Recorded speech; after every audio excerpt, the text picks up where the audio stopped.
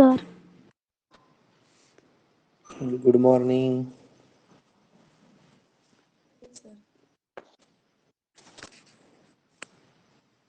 Good morning. Good morning.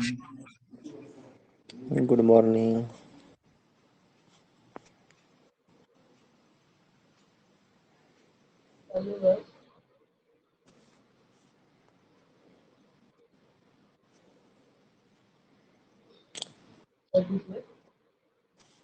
सर्वांना खालचे दोन ऑप्शन माहित आहेत ना? माईक आणि व्हिडिओ. माईक चालू कधी ठेवायचा, माईक कधी बंद करायचा. हो. Video sir. आपला कायम बंदच असेल. ज्यावेळेस आपण प्रत्यक्ष एखादी पालक मीटिंग घेऊ त्यावेळेस फक्त व्हिडिओ चालू ठेवायचा, अन्यथा व्हिडिओ बंदच ठेवा. मात्र माईक कधी चालू ठेवायचा? ज्यावेळेस आपल्याला एका प्रश्नाचं उत्तर द्यायचं आहे त्यावेळेसच तुम्ही माईक चालू ठेवायचा, अन्यथा माईक सर्वांनी म्यूट ठेवायचा. अनम्यूट कुणीही ठेवू नका माईक. हो सर. ओके. हो.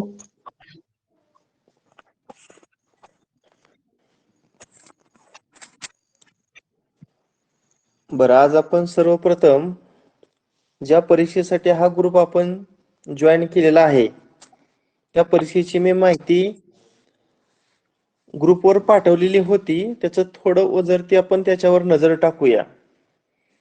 पहिली जी परीक्षा आहे त्या परीक्षेचं नाव आहे NMS, national means cum merit scholarship examination.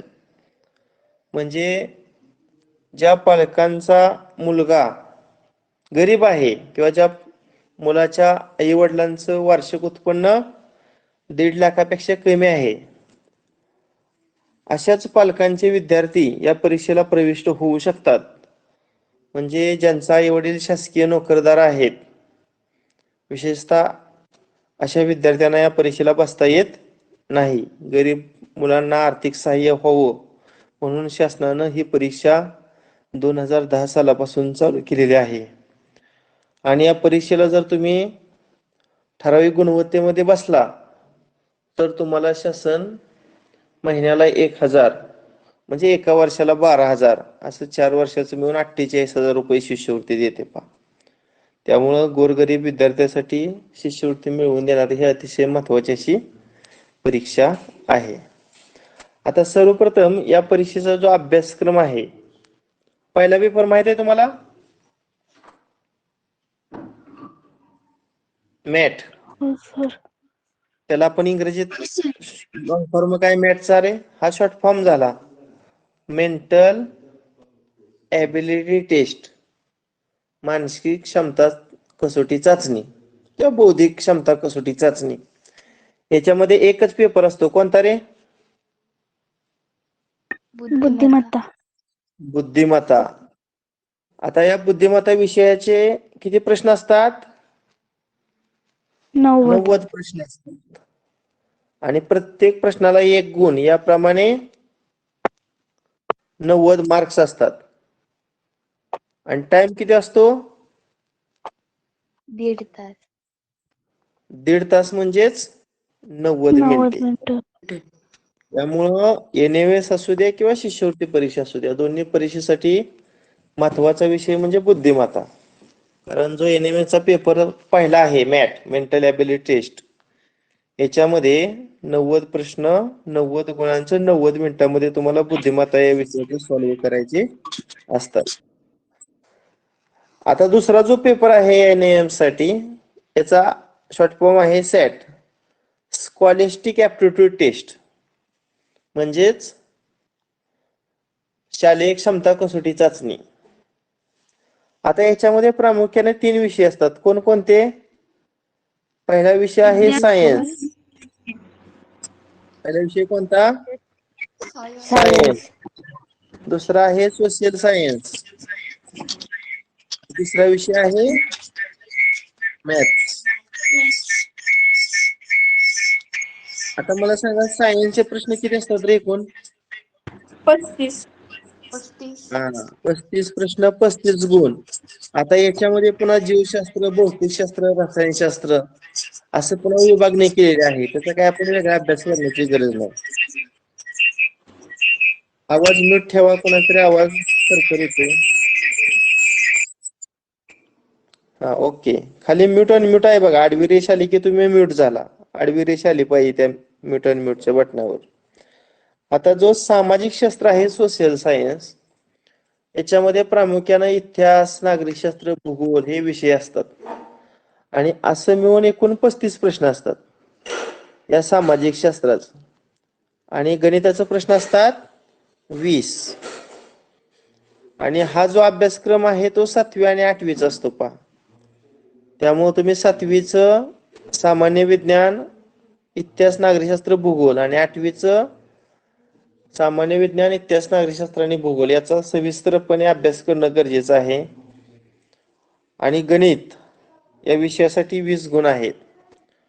आता या ग्रुपमध्ये जे जे विद्यार्थी आहेत त्या सर्वांना मी स्वतः प्रत्येक प्रकरणावाईज स्वतः ऑनलाईन चाचण्या विशिष्ट प्रश्नांच्या काढलेल्या आहेत.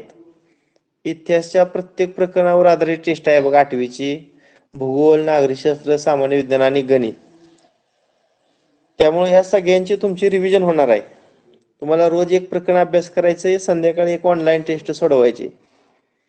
त्यामुळं शाळेमध्ये तुमचं टीचिंग होतंय चांगलं, फक्त सराव होत नाही आपल्याकडून. रोज एक टेस्ट मी आदल्या दिवशी तुम्हाला सांगणार की उद्या या प्रकरणावर ऑनलाईन चाचणी होणार. तेवढ्या प्रकरणाचा तुम्ही चांगला स्टडी जर केला तर तुमच्या या सायन्स, सोशल सायन्स सारख्या विषयाचा चांगला अभ्यास होईल. सगळ्यांना NMS परीक्षेची माहिती समजली का? हो सर. आता बऱ्याच जणांना असा प्रश्न पडला असेल, सर याचं मॅट आणि सॅट मिळून 180 गुणांची परीक्षा होती. या परीक्षेचा कालच निकाल लागला पहा. आपल्या ग्रुपमधील बऱ्याच विद्यार्थ्यांना 100, 110च्या वर मार्क आहेत. अगदी 150 पर्यंत विद्यार्थ्यांना मार्क आहेत. आता गेल्या वर्षीचा जर आपण गुणवत्ता यादी पाहिली, ओपनचं मेरिट 225 लागलेलं होतं. म्हणजे जे मराठा कास्टमध्ये विद्यार्थी आहेत, सॉरी 225 नाही, माझ्याकडून चुकून झालं, 125 मार्क असं मेरिट लागलं होतं पहा ओपनचं. आणि जे ओबीसी आहेत, NTA, NTB, NTC, NTD या कॅटेगरीतील विद्यार्थ्यांचं साधारणतः 105 पेक्षा जास्त मार्क मेरिट लागलं होतं ओबीसी आणि NTचं. आणि जे SC कॅटेगरीमध्ये आहेत किंवा VJA कॅटेगरीमध्ये आहेत, या विद्यार्थ्यांना 90 पेक्षा जरी जास्त मार्क असतील, मात्र ते दोन्ही विषयामध्ये उत्तीर्ण पाहिजेत, तरी त्यांना ती शासनाच्या 48,000 रुपये शिष्यवृत्ती मिळू शकते. याच्यापेक्षा मेरिट कमी होऊ शकतं किंवा वाढू शकतं. एक सरासरी गेल्या वर्षीचं हे मेरिट आहे. मराठा कास्टच्या मुलांना 125 कमीत कमी मार्क असायला हवेत. ओबीसी किंवा NT कमीत कमी 105. आणि जे SC कॅटेगरीमध्ये आहेत किंवा जे VJA कॅटेगरीमध्ये आहेत त्यांना 90च्या वर. त्याच पद्धतीनं पास होण्यासाठी तुम्हाला सांगितलं होतं, जे ओपन कॅटेगरी आणि ओबीसी कॅटेगरीमध्ये विद्यार्थी आहेत त्यांना कमीत कमी 40% गुण असायला हवेत.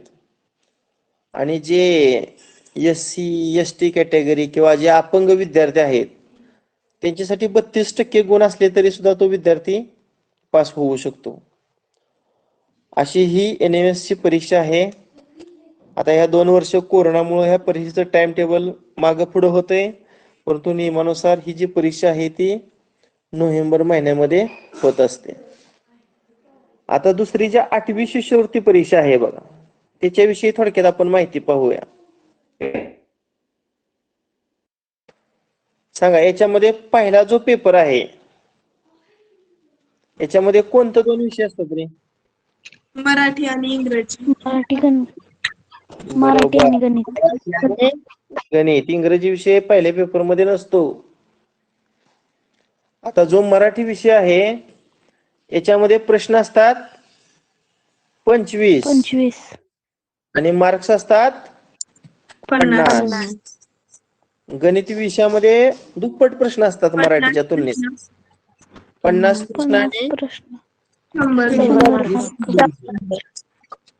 अशा पद्धतीनं जो 8वी शिष्यवृत्तीचा पहिला पेपर आहे, याच्यासाठी 150 गुण आहेत पहा. आणि 8वी शिष्यवृत्तीचा जो दुसरा पेपर आहे त्याच्यामध्ये 2 विषय असतात. कोणकोणते? इंग्रजी इंग्लिश बुद्धिमत्ता. आणि बुद्धिमत्ता. इंग्रजी आणि दुसरा असतो बुद्धिमत्ता. बुद्धिमत्ता. मराठीचं जसं गुणधन आहे तसंच इंग्रजी विषयाचं गुणधन असतं पहा. इंग्रजीचं 25 प्रश्न 50 गुण, बुद्धिमत्तेचं 100 प्रश्न 100 गुण. आता वेळ किती असतो रे पहिल्या पेपरला? सर 3 तास. प्रश्न लिहा आणि मग 100 गुण. हा हा हा. इथं 50 प्रश्न आणि 100 गुण. मला काय विचारायचे, पहिल्या पेपरला किती वेळ असतो? 1.5 तास. 90 मिनिटामध्ये तुम्हाला 75 प्रश्न सोडवायचे. तसंच दुसऱ्या पेपरमध्ये सुद्धा 90 मिनिटामध्ये 75 प्रश्न सोडवायचे. आणि याचं काय करायचं असतं, मराठी आणि इंग्रजीला वेळ कमी लागतो. ते प्रश्न साधारणतः तुम्हाला अर्ध्या मिनिटामध्ये किंवा 40 मिनिटामध्ये एक सोडवायचा. आणि उरलेले जे प्रत्येक प्रश्नाचे 20 सेकंद आहेत ते गणितासाठी वापरायचं, कारण गणित विषयाला आपल्याला थोडा तुलनेनं जास्त वेळ लागतो. असा पहिला पेपर 150 गुणांचा आणि दुसरा पेपर 150 गुणांचा, अशी तुमची एकंदरीत जी शिष्यवृत्ती परीक्षा आहे ती किती गुणांची असते? 300 गुणांची असते. आता साधारणतः 210 पेक्षा जास्त जर मार्क मिळाले तर तुम्हाला सदर शिष्यवृत्ती प्राप्त होऊ शकते. आणि जर तुम्हाला राज्यस्तरीय शिष्यवृत्ती मिळवायची असेल तर 260 पेक्षा जास्त गुण 300 पैकी असायला हवेत. NAS आणि शिष्यवृत्ती या परीक्षेत एक फरक आहे. तुम्हाला जे 4 गोल रंगवायचे असतात का नाही, या शिष्यवृत्ती परीक्षेमध्ये 15 ते 20% असा प्रश्न असतात की ज्याचे 2 उत्तर असतात. हे एक माहित असायला हवं. म्हणजे 1 2 3 4 असं 4 जे गोल आहे त्यातलं 2 गोल रंगवायचे असतात. हा एक या NAS पेक्षा या शिष्यवृत्तीत गोल रंगवताना फरक आहे. आता दोन्ही परीक्षेची सगळ्यांना माहिती समजली? हो सर. आता या परीक्षेला प्रत्येक कितीही उत्पन्न असू द्या, अगदी गरीब श्रीमंत असा भेदभाव केला जात नाही. सर्व विद्यार्थी या परीक्षेला बसू शकतात. ग्रामीण असू द्या किंवा शहरी असू द्या, प्रत्येक विभागातील विद्यार्थी या परीक्षेला बसू शकतात. आता आज मी बुद्धिमत्ता हा विषय किंवा गणित हा विषय घेणार नाही. आज मी तुम्हाला जनरल नॉलेजचे काही प्रश्न विचारणार आहे. बघूया आपल्या ग्रुपमधील किती विद्यार्थी या प्रश्नाचं उत्तर देत आहेत. 103 विद्यार्थी आज जॉईन आहेत. खरं तर आपले 250 विद्यार्थी आहेत. पहिल्या दिवशी तरी साधारणतः 40-45% विद्यार्थ्यांनी हजेरी लावलेली आहेत. चला मी आता प्रश्न विचारतो. ज्यांना उत्तर येते त्यांनी त्यांचं नाव आणि शाळेचं नाव सांगायचं, कारण आपली तुमची माझी ओळख फक्त आपली थोडी झालेली आहे. आता मी 5वी पासून 7वी पर्यंत कुठल्याही इयत्तेतील प्रश्न विचारू शकतो पहा. ओके, चला आता मी प्रश्न लिहून देणार नाही, लिहिण्यात वेळ जाईल. तोंडी प्रश्न विचारतो. पहिला प्रश्न आहे, ज्या चांदण्या लुकलुकतात त्यांना काय म्हणतात? सर मी सांगू शिवांजली गायकवाड. तर मी सांगू मुक्ती शेंडे. थांब, शिवांजली पहिल्यांदा सांग. ज्या चांदण्या लुकलुकतात त्यांना काय म्हणतात? तारे.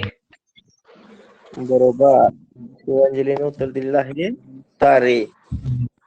दुसरा प्रश्न आहे, ज्या चांदण्या लुकलुकत नाहीत त्यांना काय म्हणतात? बघ ती सांग.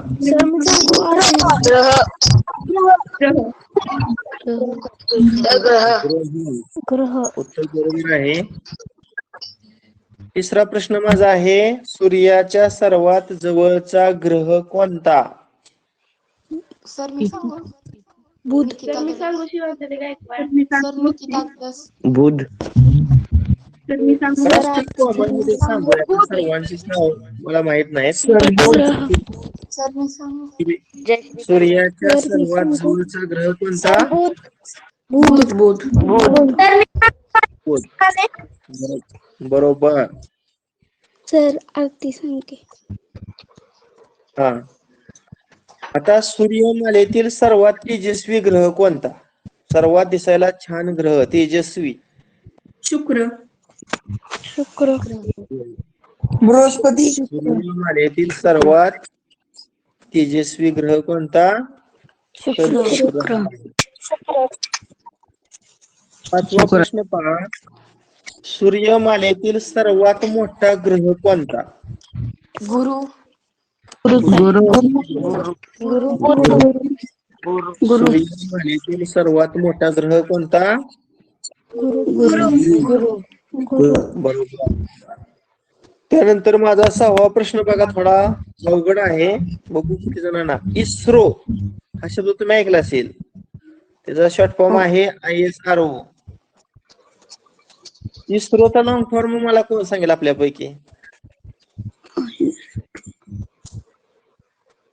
इस्रोचा long form.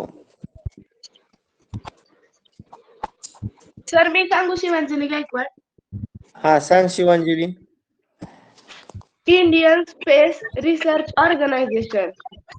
Very good. Indian Space Research Organisation, मराठीत भारतीय अवकाश संशोधन संस्था. भारतीय अवकाश संशोधन संस्था. छान. त्यानंतर प्रश्न क्रमांक 7 आहे. 1984 साली अवकाशात जाणारे पहिले भारतीय अंतराळवीर कोण आहे? राकेश सर मी शर्मा. सांगू शिवांजली गायकवाड. राकेश शर्मा. आहे बरोबर, राकेश शर्मा.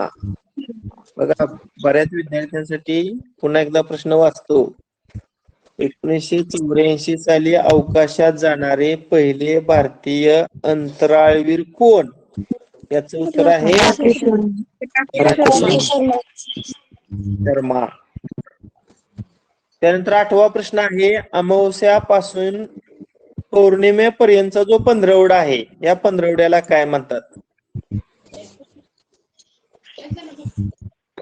अमावस्यापासून पौर्णिमेपर्यंतच्या पंधरवड्याला काय म्हणतात? सर मी सांगू शिवांजली गायकवाड. हा सांग शिवांजली.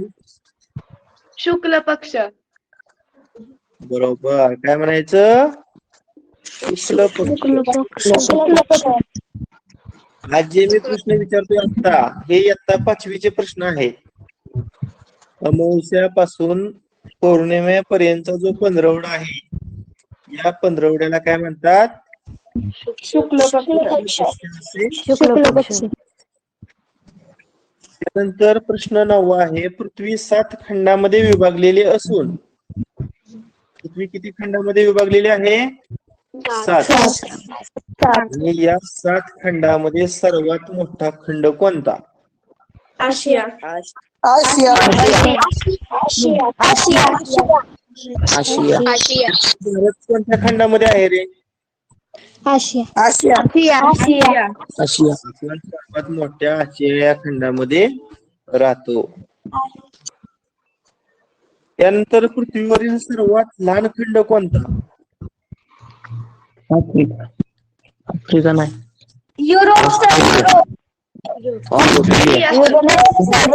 तर युरोप. मी सांगू ऑस्ट्रेलिया. सर आशिया. ऑस्ट्रेलिया कुणी सांगितले नाव सांगा? सुमित जाधव. शिवांजली गायकवाड. हा, ऑस्ट्रेलिया बरोबर आहे. पृथ्वीवरील सर्वात लहान खंड कोणता? ऑस्ट्रेलिया. बरोबर. आता पृथ्वीच्या पृष्ठभागावर किती महासागर आहेत? पृष्ठभागावर 5. 5 आहेत सर. तर 7 आहेत. 5 उत्तर बरोबर आहे. अटलांटिक महासागर, पॅसिफिक महासागर, आर्कटिक महासागर, हिंदी महासागर आणि दक्षिण महासागर, असे पृथ्वीच्या पृष्ठभागावर एकूण 5 महासागर आहेत. पहा. त्यानंतर प्रश्न क्रमांक 12 पहा. पृथ्वीच्या पृष्ठभागापासून सरासरी 13 किलोमीटर अंतरावरचा जो थर आहे, त्या थराला काय म्हणतात? वातावरणीय भाग. शिलावर तपांबर. वातावरणीय बदल. तपांबर कोणी उत्तर सांगितलं? शिवांजली गायकवाड. हा, त्याचं उत्तर बरोबर आहे. पृथ्वीच्या पृष्ठभागापासून सरासरी 13 किलोमीटर अंतरावरचा जो थर आहे या थराला तपांबर असे म्हणतात. स्थितांबर हा जो थर आहे या स्थितांबर थराच्या खालच्या थरामध्ये कोणत्या वायूचा थर असतो? स्थितांबर खालचा जो थर आहे या थरामध्ये कोणत्या वायूचा थर असतो? कोण सांगते? तर मी सांगू शिवांजली गायकवाड. हा, सांग. ओझोनचा. हा, बरोबर. कोणता थर? तो ओझोनचा थर असतो. आणि आपण ऐकतोय की या पृथ्वीवर होणारं जे प्रदूषण आहे त्या प्रदूषणामुळे हा ओझोनचा थर काय होऊ लागलेला आहे? कमी होतोय. कमी होतोय. आणि त्यामुळं सूर्यापासून येणारी जी अतिनील किरण आहेत ती आपल्यावर येऊन या ठिकाणी पृथ्वीवरच्या तापमानामध्ये वाढ झालेली आहे. त्याला आपण ग्लोबल वॉर्मिंग असं म्हणतो. त्यानंतर प्रश्न क्रमांक 14. कोणता वायू सजीवांसाठी हानिकारक सूर्यापासून येणारी अतिनील किरण शोषून घेतो? Carbon dioxide. हानिकारक सूर्यापासून येणारी अतिनील किरण शोषून घेतो? Ozone layer. त्याच्या प्रमाण ओझोन. ओझोन. ओझोन. प्रश्न क्रमांक 15. बाष्प थंड होऊन त्याचं द्रवात रूपांतर होण्याच्या क्रियेला काय म्हणतात? बाष्पीभवन.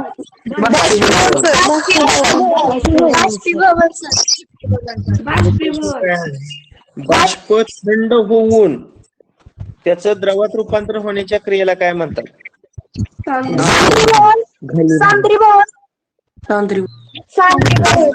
त्याचा एक शब्द आहे संगणन.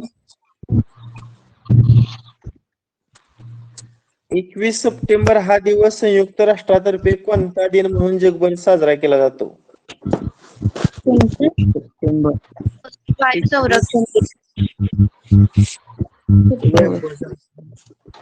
जागतिक ओझोन दिवस. हा संयुक्त राष्ट्रातर्फे कोणता दिवस म्हणून जगभर साजरा केला जातो? ओझोन दिवस. जागतिक ओझोन दिवस. काय म्हटलं? जागतिक ओझोन दिवस. ते असेल अजून. रायन दिन. आता याच्यामध्ये तुम्हाला 4 ऑप्शन देणार. त्यामध्ये एक आंतरराष्ट्रीय शांतता दिन म्हणून एक असेल बघा ऑप्शन. कोणता? आंतरराष्ट्रीय शांतता. शांतता दिन. बर. शिक्षण हक्क कायद्यानुसार टिंबटिंब ते टिंबटिंब या वयोगटातील सर्व मुला मुलींना शाळेत जाऊन आपण आपलं 6 ते 14 पूर्ण केलं 6 पाहिजे. ते 14. 6 ते 14. 6 ते 14 14. हा जो वयोगट आहे या वयोगटातील मुलांनी या शिक्षण हक्क कायद्यानुसार कंपल्सरी आपापलं प्राथमिक शिक्षण पूर्ण केलं पाहिजे.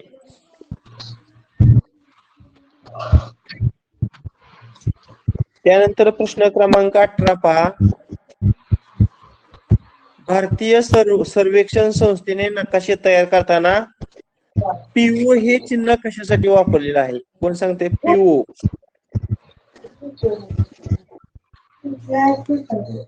भारतीय सर्वेक्षण संस्थेने नकाशे तयार करण्यासाठी पीओ हे चिन्ह कशासाठी वापरलेलं आहे?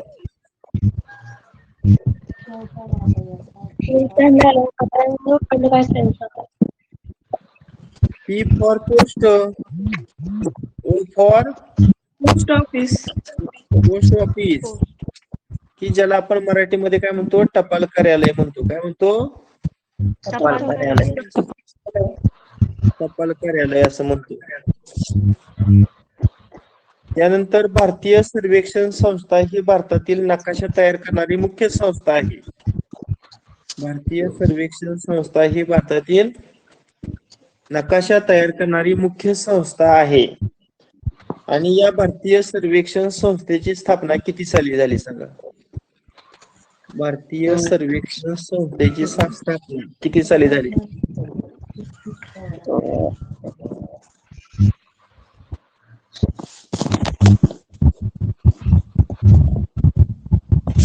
काय सर?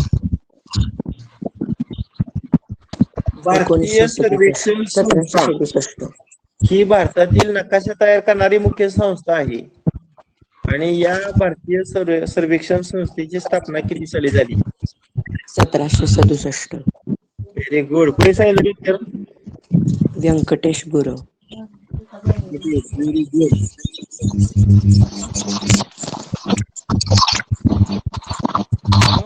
हॅलो.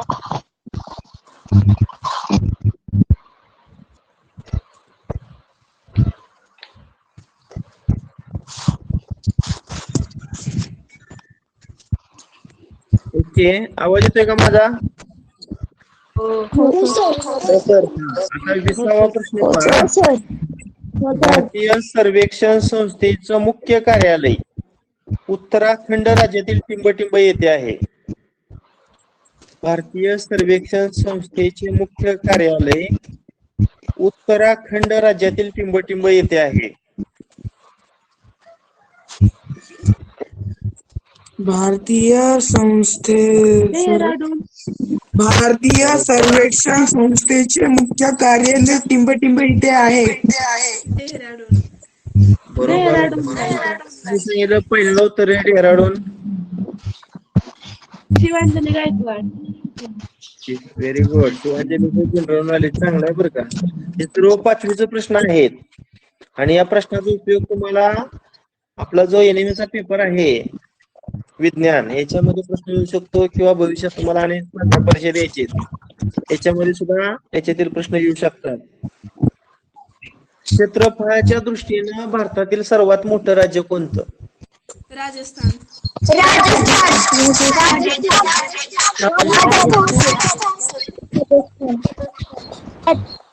बरोबर. क्षेत्रफळाच्या दृष्टीनं भारतातील सर्वात मोठं राज्य राजस्थान हे आहे.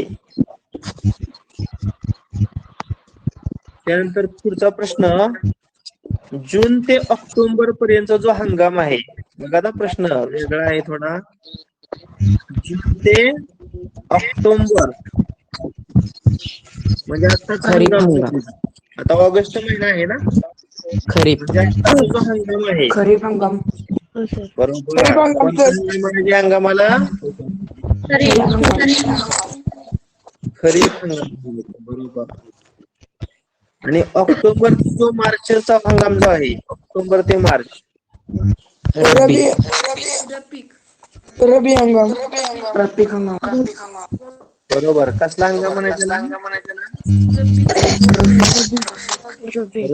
रबी हंगाम. ओके. आता प्रश्न पुढचा पहा. भारतात संवेद वहनासाठी कृत्रिम उपग्रहांचा अवलंब केला जातो. पहा, भारतात संवेद वहनासाठी कृत्रिम उपग्रहांचा अवलंब केला. भारतात संदेश वहनासाठी कृत्रिम उपग्रहांचा अवलंब केला जातो. हे उपग्रह टिंबटिंब या नावाने ओळखले जातात. सॅटेलाइट. आपण कोणतं सॅटेलाइट काय माहिती त्याला? Indian satellite. Indian national satellite काय माहिती?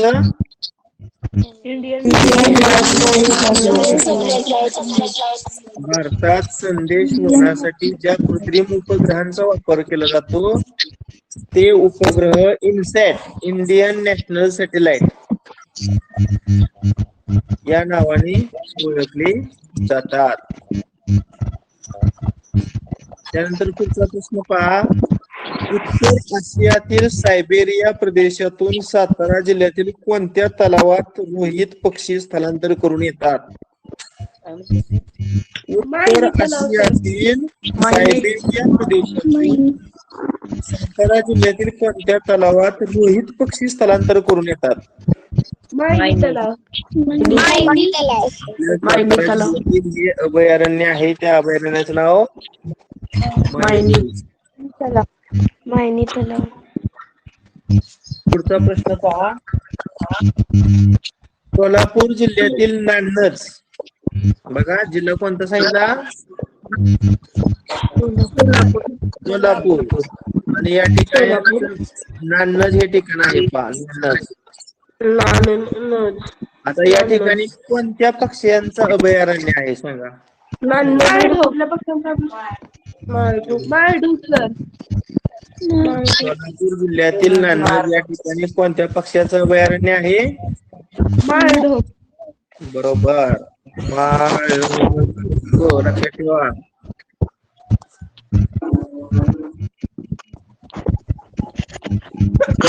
प्रश्न आहे बा, पिष्ट या पदार्थाशी आयोडीनचा संपर्क आला. पिष्ट पिष्ट या पदार्थाचा आयोडीनशी जर संबंध आला तर त्याचा रंग कोणता होतो? पिवळा. निळा.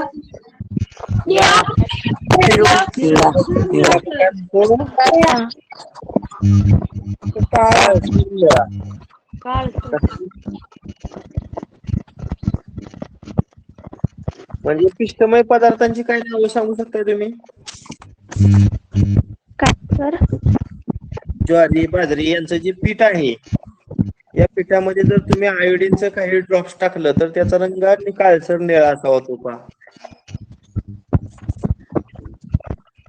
त्यानंतर पिष्टमय पदार्थ, शर्करा आणि तंतुमय पदार्थ यांना एकत्रितपणे काय म्हणतात रे? पिष्टमय पदार्थ, शर्करा आणि तंतुमय पदार्थ यांना एकत्रितपणे काय म्हणतात?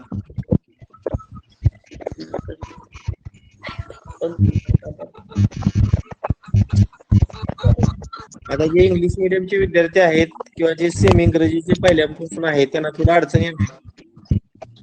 पिष्टमय पदार्थ, शर्करा आणि तंतुमय पदार्थ यांना एकत्रितपणे काय म्हणतात? कार्बोदके. कार्बोहायड्रेट्स. बरोबर, कर्बोदके असं मराठीत आपण म्हणतो, कार्बोहायड्रेट्स.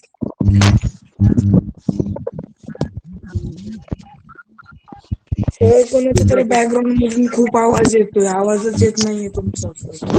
अरे सर्वांनी म्यूट व्हा. ज्या आवाज प्रणव आवाज म्यूट कर. सर आवाज म्यूट करायला सांगा. लागेल. विकास आवाज म्यूट कर.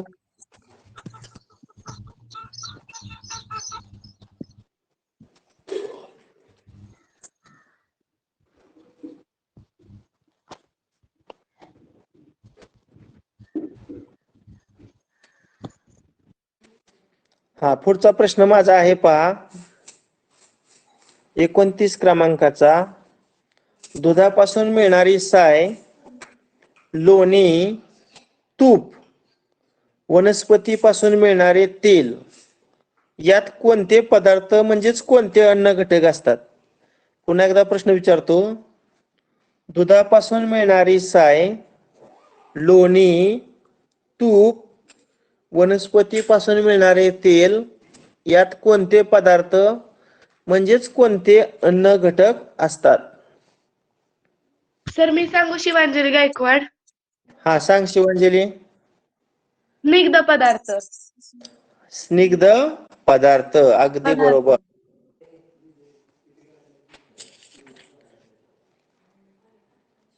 त्यानंतर प्रश्न क्रमांक 30. ए विटॅमिन्स, आपण त्याला मराठीमध्ये अजीवनसत्व म्हणतो. या अजीवनसत्वाच्या अभावामुळे टिंबटिंब हा आजार होऊ शकतो. अजीवनसत्वाच्या अभावामुळे टिंबटिंब हा आजार होऊ शकतो. सर मी सांगू शिवांजली गायकवाड. हा, सांग शिवांजली. रातांधळेपणा. बरोबर. काय म्हणतात? तांदळेपणा.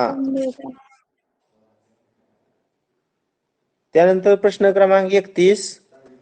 कोणत्या खनिजामुळे आपली हाडे मजबूत होतात?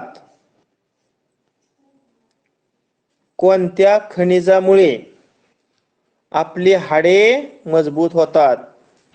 कॅल्शियम. कॅल्शियम. उत्तर बरोबर आहे. कॅल्शियम या खनिजामुळे आपली हाडे काय होतात? मजबूत होतात. त्यानंतर प्रश्न क्रमांक 32. पचन क्रियेत खाल्लेल्या अन्नाचे पचन होण्यास मदत करणारा द्रव पदार्थ कोणता? पुन्हा एकदा प्रश्न वाचतो. पचन क्रियेत खाल्लेल्या अन्नाचे पचन होण्यास मदत करणारा द्रव पदार्थ कोणता? पाचक रस. लाळ. लाळ. बरोबर आहे. पुन्हा एकदा सांगा. पाचक रस.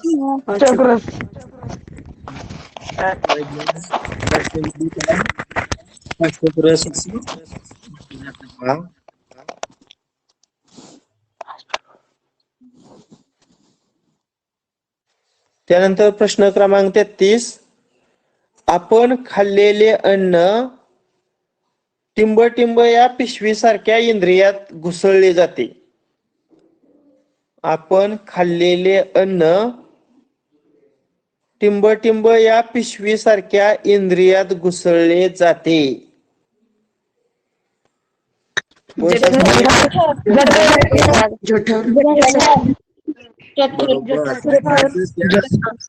सारख्या इंद्रियाला जठर.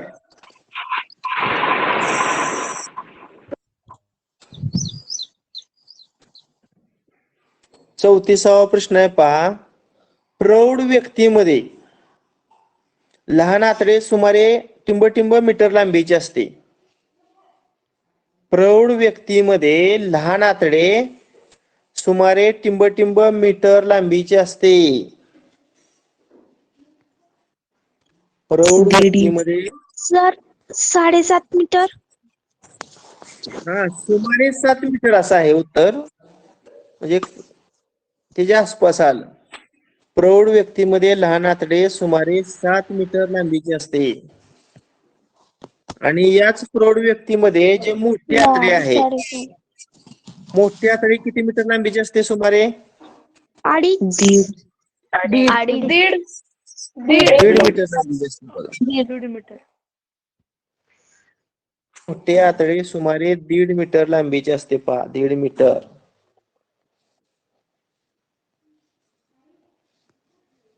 आता पुढचा प्रश्न फार महत्वाचा आहे बघा. प्रश्न क्रमांक 36. तोंडातील प्रत्येक दाताला टिंब नावाच्या पदार्थाचे आवरण असते. आपल्या तोंडामध्ये जो दात आहेत, 32 दात आहेत, त्या प्रत्येक दाताला टिंब नावाच्या पदार्थाचे आवरण असते. सर मी सांगू शिवांजली गायकवाड.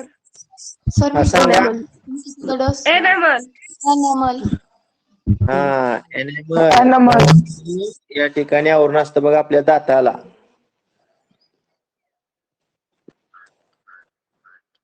शरीरात सतत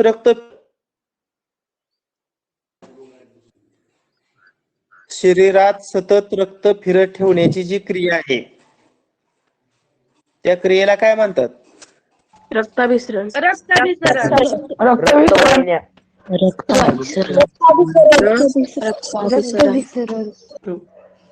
रक्ताभिसरण.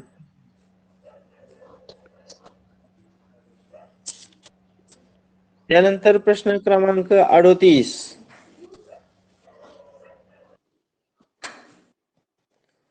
कोणती संस्था शरीरामध्ये समन्वय राखण्याचे कार्य करते?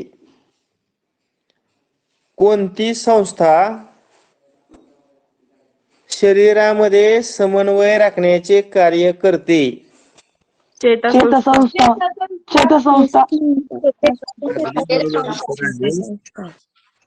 चेतासंस्था ही आपल्या शरीरामध्ये समन्वय राखण्याचं काय करते? कार्य करते. अगदी बरोबर.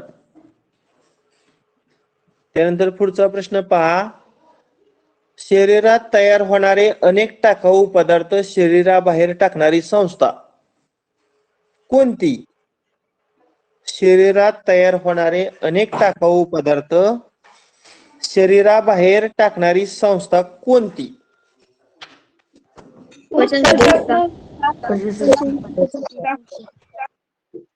बरोबर. संस्थेचं उत्सर्जन संस्था. उत्सर्जन संस्था.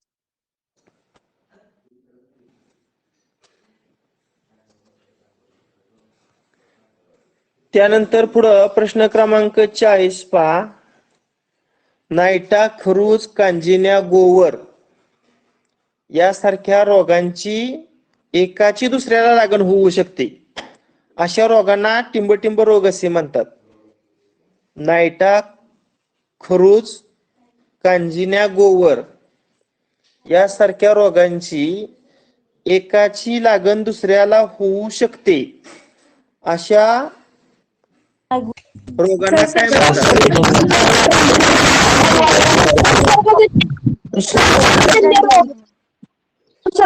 संसर्गजन्य रोग. संसर्गजन्य किंवा त्यालाच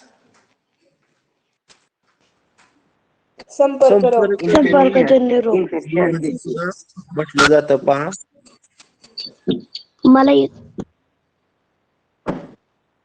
त्यानंतर प्रश्न क्रमांक 41 पहा. टायफॉइड, कॉलरा, जुलाब. बघा पुन्हा एकदा त्या रोगांची नाव असते. टायफॉइड, कॉलरा, जुलाब यासारख्या रोगांचा प्रसार कशामार्फत होतो? टायफॉइड, कॉलरा, जुलाब यासारख्या रोगांचा प्रसार कशामार्फत होतो?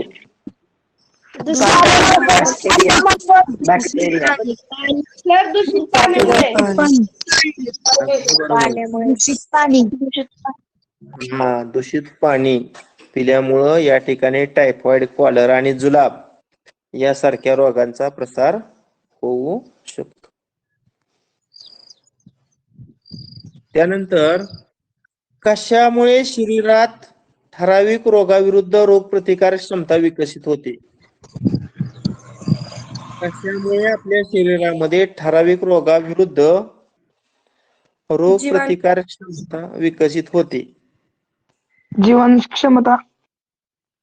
म्हणजे काय केल्यामुळं आपल्या शरीरात रोगप्रतिकारक क्षमता डेव्हलप होते?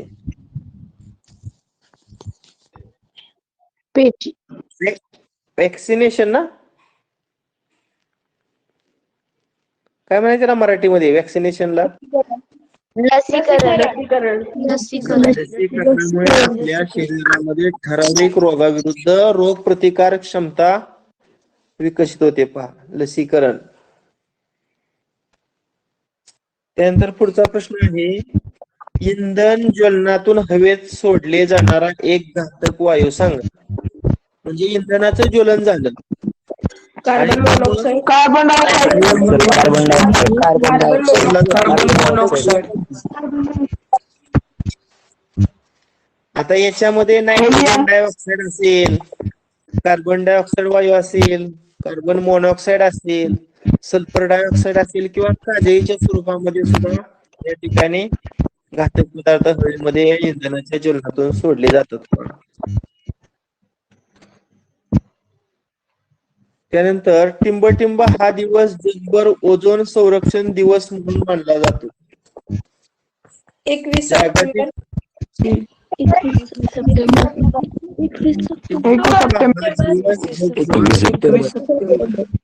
ओझोन संरक्षण दिन म्हणून साजरा केला जातो. 16 सप्टेंबर. 16 सप्टेंबर. बरोबर. कुठला दिवस? 16 सप्टेंबर. बरोबर आहे. त्यानंतर पुढचा प्रश्न आहे पहा. पृथ्वीच्या उपलब्ध पाण्यापैकी समुद्रातील किंवा महासागरात किती टक्के पाणी आहे सांगा. तुम्हाला माहिती आहे गोडं पाणी 71% सर 71%. अरे बाळांनो, प्रश्न नीट वाचा, ऐका. मी विचारतो तुम्हाला गोडं पाणी आणि खारं पाणी. आता महासागरात असणार खारं पाणी असतं पहा. खारं पाणी किती टक्के आहे पृथ्वीच्या उपलब्ध समुद्रातील? 70%. आता 97% 97%. पृथ्वीवरील उपलब्ध पाण्यापैकी 97% जे पाणी आहे हे खारं पाणी किंवा महासागरातील किंवा त्या समुद्रातील काय आहे पाणी आहे. पहा त्यानंतर पुढचा प्रश्न आहे, पृथ्वीवरील उपलब्ध पाण्यापैकी किती टक्के पाणी गोड पाणी आहे? 3%. 0.3%.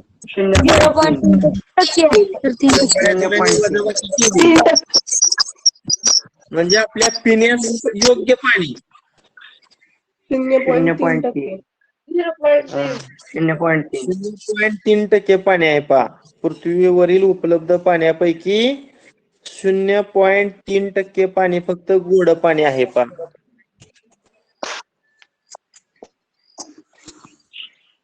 पृथ्वीवरील सुमारे किती टक्के भूभाग पाण्यानं व्यापलेला आहे? आता मागाचा प्रश्न बघा, तुम्ही मागाशी उत्तर दिली पाहिजे.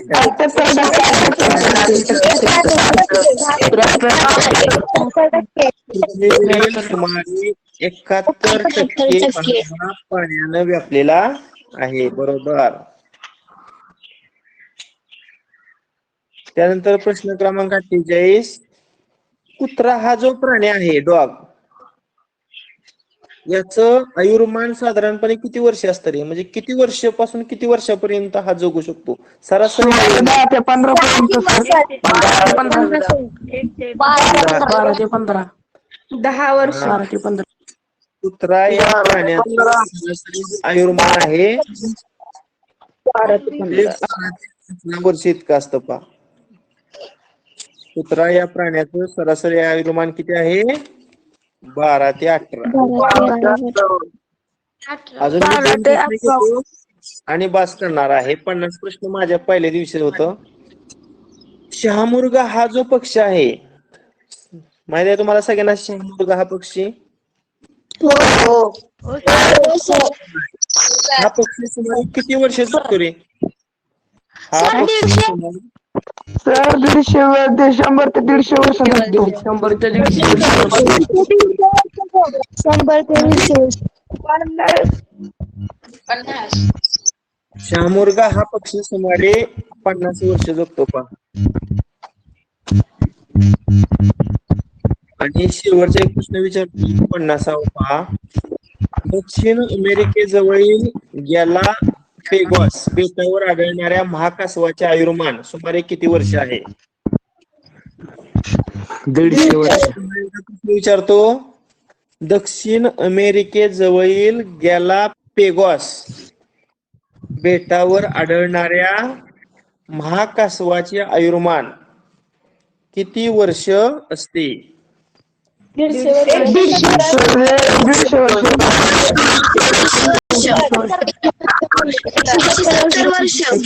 वर्ष. 170 वर्ष. असू द्या, पहिला दिवस आहे. पहिल्या दिवशी आपण फक्त NMS आणि शिष्यवृत्ती परीक्षेची माहिती आणि शिष्यवृत्ती किंवा स्पर्धा परीक्षेला जे प्रश्न येतात, उदाहरणार्थ सामान्य विज्ञान किंवा परिसर अभ्यास या विषयावर आधारित, त्याच्यावर आधारित 50 प्रश्न आपण विचार घेतलं. तुम्ही बऱ्यापैकी उत्तरं दिली. 110 विद्यार्थी आता जॉईन आहेत, मगाशी 115 होते. जास्तीत जास्त आपण 200 विद्यार्थी या क्लासमध्ये जॉईन करू शकतो. त्यामुळे काही दिवसात आपल्या ग्रुपमध्ये 280 मुलं झाली. 200 विद्यार्थ्यांना फक्त या टीचमेंट ऍप्स द्वारे क्लास ऑनलाईन जॉईन करता येईल. त्यामुळं बरोबर 5:30लाच जॉईन होण्याचा प्रयत्न करा. आता उद्या आणि परवा आपण खरं सुट्टी घेणार आहे पुढं, पण आता सलग सुरुवात आहे त्यामुळे उद्या पण तास आपण घेऊया सकाळी 5:30ला. चालेल. ओके, बस करूया. Bye bye. Good morning. Bye. Bye.